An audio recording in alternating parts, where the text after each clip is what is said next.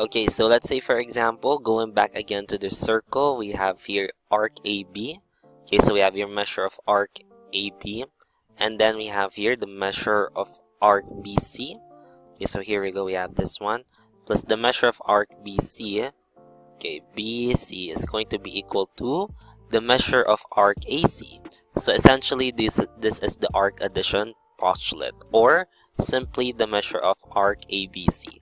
So it's going to be the measure of arc AC if arc AC is less than 180 degrees. So it's going to be, and it's going to be a measure of arc ABC if it's greater than 180 degrees. Okay, so there you go. So that's the arc addition postulate. Lastly, we have the semicircle. So the arc measurement of a semicircle is half of 360 degrees, or simply 180 degrees. So on a semicircle, we can always find a diameter or a chord, okay, that gives us a measurement of 180 degrees for the semicircle. Okay, so here we go. So here are some of the examples of a semicircle, a major arc, and a minor arc. Okay, so for this one, on the circle C, okay, so on circle C, we have here the semicircles. We have two semicircles. Okay, semicircles, okay, AOT, okay, and also if we have your point D, okay, let's say for example we have your point D, then we have another semicircle which we can name as arc ADT. Okay, so that's for circle C. And for this one, okay, for circle I, okay, so for circle I we have here a major arc. Okay, let's say the major arc here. Okay, let's say this is point J. Okay, so for example that's point J. Then we have, okay, so we have here the minor arc. Okay, the minor arc is going to be, okay, so the semicircles. So the minor arc is going to be YD, okay, and the major arc, okay, the major arc is going to be DJY. So there you go. Okay, or if you have the values for YD and DJY, we can put M. Okay, so that means measure of YD or DJY. And then lastly, we have your circle K. Okay, for circle K, we have here, okay, so we have here a minor arc. Okay, minor arcs. Okay, let's say for example we have here minor arcs ZT, and then we also have OT, and then we have a major arc. Okay, so let's say for example we have here point A. Okay, so that one. So therefore our major arc, okay, so we have here minor arcs. The major arc is going to be OAZ. So there you go. Okay, so that's our figure right there. Okay, so next we are going to try to solve problems involving chords. Okay, so later we're going to determine the formula for finding the measurement of a chord, okay, of a given chord. But for now, okay, so we have here this one. Okay, we have here a word problem 1. Alicia wants to create a circular ceramic container for her bracelets. Okay, the top view of her container is a circle whose radius is 6 decimeters. Okay, so we have here a container, a ceramic container for the bracelets of Alicia, and then the radius, okay, the top portion of this circle right here, its radius is 6 decimeters. There's a central angle that measures 60 degrees. So how long is the chord? Okay, how long is the chord joining the endpoints of a circle? Okay, so if we have here an angle, guys, of 60 degrees, okay, so if that's 60 degrees right here, that's the central angle. So we have here 60, and this is triangle DIY, and this is 6 degrees. So therefore, this can also be 60, and this can also be 60. Is that correct? Because we have here an equilateral triangle. Okay, so if we have here an equilateral triangle, therefore we can find the measurement of length, okay, of the length of the chord dy. Okay, so how do we find the measurement of the chord dy?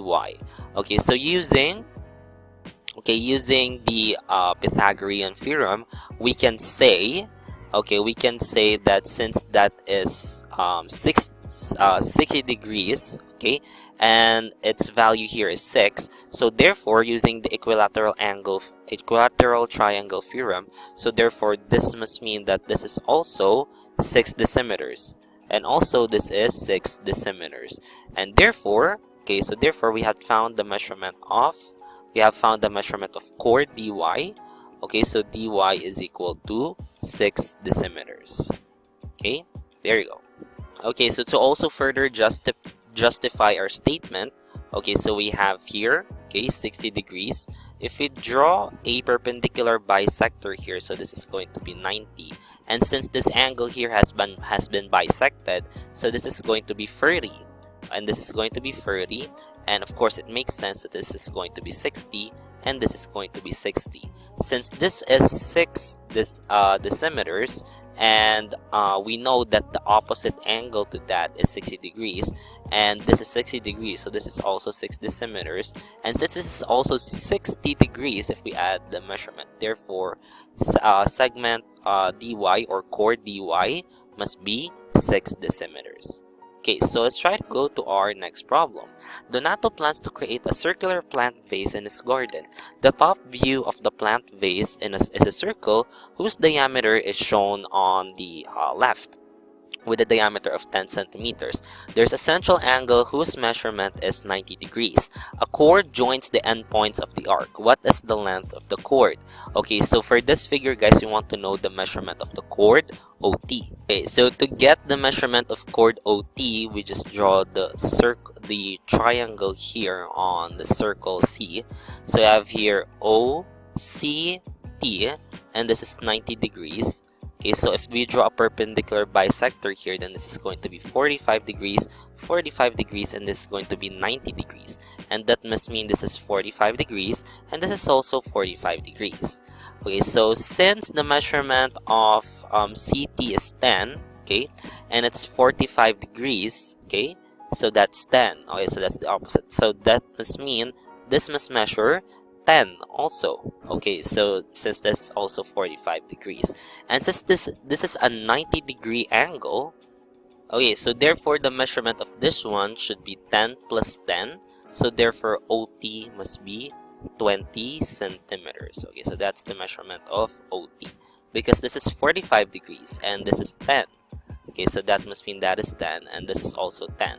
Okay, so 10 plus 10, okay, 10 centimeters plus 10 centimeters, that's going to give you 20 centimeters for OT. Okay, so next, let's try to go to our third problem. What is the measurement of the angle determined by the hands of a clock at 4 o'clock? Okay, so if it's 4 o'clock, guys, so if we have here, if this is 3 o'clock, okay, so if this is actually a 6 o'clock, okay, so if it's 6, so that's going to give you 180 degrees. If it's 3, it's going to give you 90 degrees. Okay, so therefore, it must have an interval here of 4, 5, 6. So therefore, if we divide if we divide 90 by 3, okay, so we get intervals of 30. So therefore, we have here 90 plus 30, so that's going to give you 120 degrees. So this is the angle measurement of a 4 o'clock what do you call this, minute and hour hand. Okay, my hour hand angles, it's 120 degrees. Okay, there you go. Okay, and so for the enrichment, guys, we're going to try to discuss, okay, the theorems and postulates about chords. So the first theorem and postulate about chord, okay, so the circle chord theorem: within a circle or in congruent circles, the congruent central angles have congruent chords. Okay, so it's very topological or logical. Okay, congruent chords have congruent arcs. Okay, so very logical. Congruent arcs have congruent central angles. Okay, very okay, so those theorems follow from the different definitions found on the parts of a circle: the chords, the lines, the chords, the secants, the tangents, so all of them. Okay, circle chord theorem 2: within a circle or in congruent circles, the chords equidistant from the center are congruent. Okay, and then the congruent chords are equidistant from the center. Okay, so what does that mean? let's say for example, we have here a circle. Okay, let's try to move this one. Okay, so for number 1, okay, so let's just try to draw number 1. Okay, for number 1, the congruent central angles have congruent chords. Okay, congruent central angles. Okay, so let's say for example, these central angles are congruent, so therefore their chords must be congruent. And the congruent chords also of course have congruent arcs. So this arc is congruent to this arc. And then the congruent arcs have congruent central angles, so they all follow. So this is for number 1. For number 2, okay, chords equidistant from the center are congruent. Okay, let's say for example, this is a chord and this is a chord, and we have here a center, let's say C, and they are equidistant from each other. So these segments are the same. Let's say AC is congruent to CB or BC. So therefore, this segment, this chords DE is congruent to FG. Okay, and then we have congruent chords are equidistant from the center. Okay, so that's the converse of the theorem right there. Okay, circle chord theorem 3. In a circle, the diameter that is perpendicular to a chord bisects the chord in its arcs. Okay, so let's try to draw that for number 3. In a circle, okay, a diameter, okay, so a diameter that is perpendicular, okay, that is perpendicular to a chord. Okay, let's say this is a chord and this is the diameter. So if it's perpendicular here, so therefore it bisects the chord. So let's say for example, this is A, B, C. Okay, so therefore AB is congruent to BC on this circle. If we have here a diameter that is the perpendicular bisector of this chord. Okay, and then we have here number 4, circle chord theorem 4. In a circle, the diameter that bisects the chord that is not the diameter is perpendicular to the chord. It's kind of like it's converse. Okay, and lastly for number 5, okay, in a circle, the perpendicular bisector of a chord contains the center of the circle. So also kind of like this one is the perpendicular bisector of a chord contains the center of the circle. There's the existence of the center of a circle. And for corollary 1, in a circle, the distance from the center to a chord is the length of the perpendicular segment from the center of the chord. So this is a very important theorem for circles. Okay, so let's try to go to our next lesson regarding chords and circles.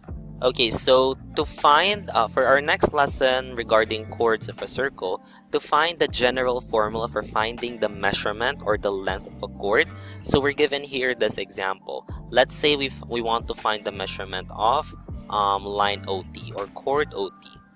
Okay, so to find its measurement, okay, we take note of the radius and the central angle, which is theta. And if we draw a perpendicular bisector there, so therefore we will have formed theta. Okay, so we will have formed theta or theta over 2. Okay, so let's try to draw that here. So we have your theta over 2. And if we try to look closely here, guys, so given that C, okay, small c is the half measurement of the chord. Okay, let's say for example that OG and GT, okay, so OG and GT, since they are congruent to each other, OG is equal to C and GT is equal to C. Therefore, if we add these two segments, therefore we will have the measurement of the chord OT. Okay, so OT is equal to 2C. And therefore, to get its measurement, okay, to find the measurement of C, we can use the sine. Okay, from the special right triangles, we can use the sine formula. Okay, that's the trigonometric ratio for the sine. So sine theta is equal to opposite over hypotenuse, and the theta here is going to be theta over 2. Okay, so that's theta over 2. So that's going to be equal to the opposite side, which is C. Okay, so it's going to be equal to C all over the hypotenuse, which is R. So therefore, sine pi over sine theta over 2 is equal to C over R. And we want to get the value of C. So therefore, we multiply, we inverse, okay, we do inverse multiplication. Okay, so this becomes, we multiply R, okay, on both sides. Okay, so there you go. So that's why we got R sine theta all over 2. Okay, and if we want to find the measurement of the chord, which is 2C, so therefore we just multiply our sine theta over 2 by 2, and we get this value.